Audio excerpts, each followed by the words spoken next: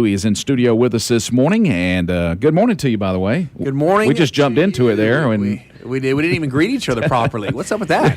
We were getting into the football and everything. And know what you totally skipped over, bro? The Falcons. I mean, you just like totally breezed over the egg that the Falcons Wow, laid. it was just terrible. I mean, there's nothing you can say. There's nothing you can do to dress up that donkey at all. No. The worst part, it's like we talked about during the break.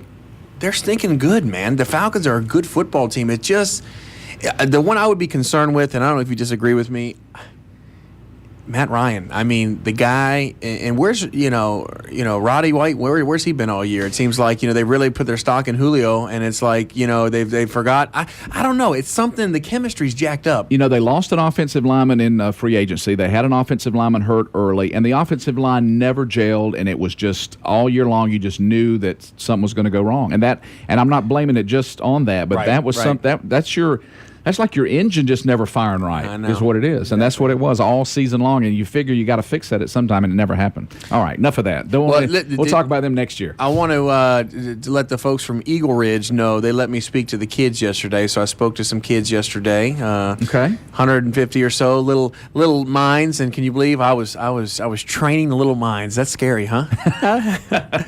But no, we were talking about some good stuff about helping these young people about their dreams and their goals and building a good foundation and no bullying and all that good stuff. We kind of covered it all, and so that was fun. So many people that speak to kids tell me that seldom does it happen where they don't learn something. Kids will teach you something if you listen. Well, what's funny is I seem to learn a lot when I'm doing that in preparation.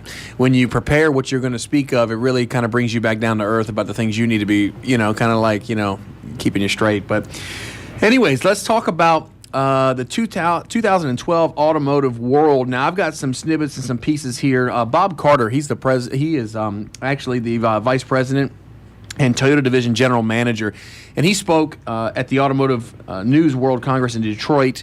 And I had some really good information, some things actually that I didn't even think about that pertains to the automotive industry, the economic engine, and what's going on in our economy and what the automobile business does for the economy.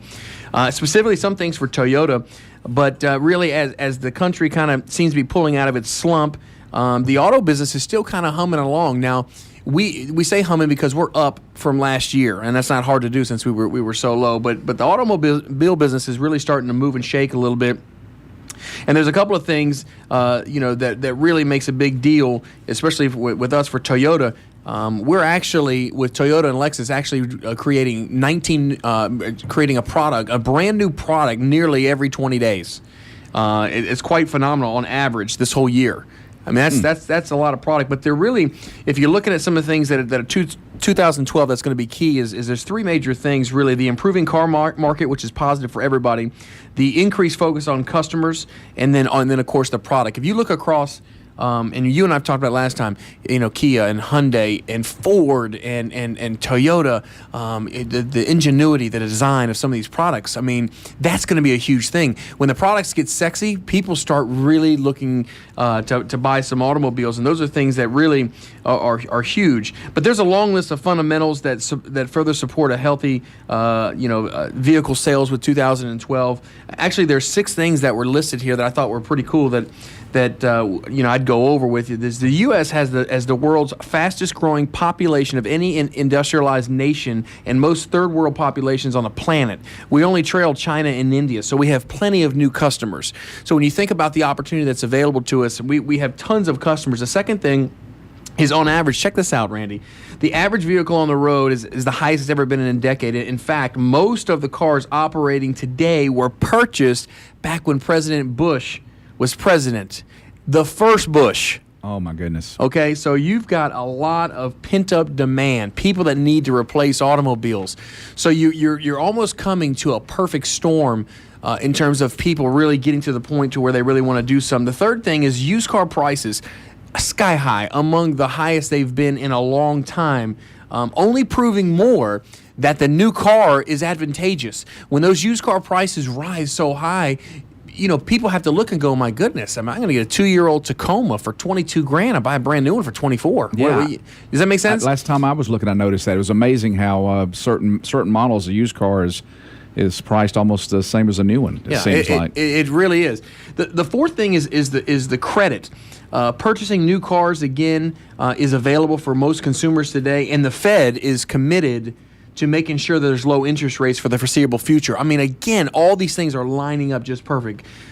I got two more here before we go to a break. The fifth is the affordability is better on average than in this decade than it was in the 80s and 90s. As an example, with the Camry, it has the lowest inflation. The 2012 Camry has the lowest inflation adjusted MSRP in history. That's according to Edmunds.com. What that means basically is we're creating more ingenuity, better vehicles, more sound equipment, more technology, and the price bump from year to year is the lowest it's ever been since the 80s and the 90s. So in other words, the manufacturers are realizing things are tight. Let's not go for the gusto. Just keep them in line.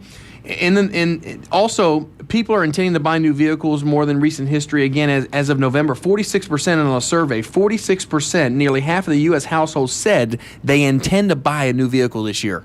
Wow. 46%. That's 300 million people. That's a lot. And the last thing is just a new crop of cars with better styling, handling, safety, technology, hitting the market, drawing people back to the showrooms. And if you look at some of these auto shows, or you go to the Atlanta Auto Show, I encourage everybody, go to Atlanta, check out the new models. There's no salespeople, no pressure. Just check them out. Get excited again. A lot of good things. There's some things I want to talk about when we come back from the break in terms of the industry. When I tell you some of these stats about what the automobile business does for the country, it just begs more reasons why. Guys, keep buying cars. If it's in your budget and timing's right, get out there, buy some cars, because, again, it just helps the economy. All right, this is Country 102. You're listening to the Louie, Herron Toyota Weekend Kickoff, and we'll be back with more in just a few minutes. 32 degrees, 840. Here's Martina McBride.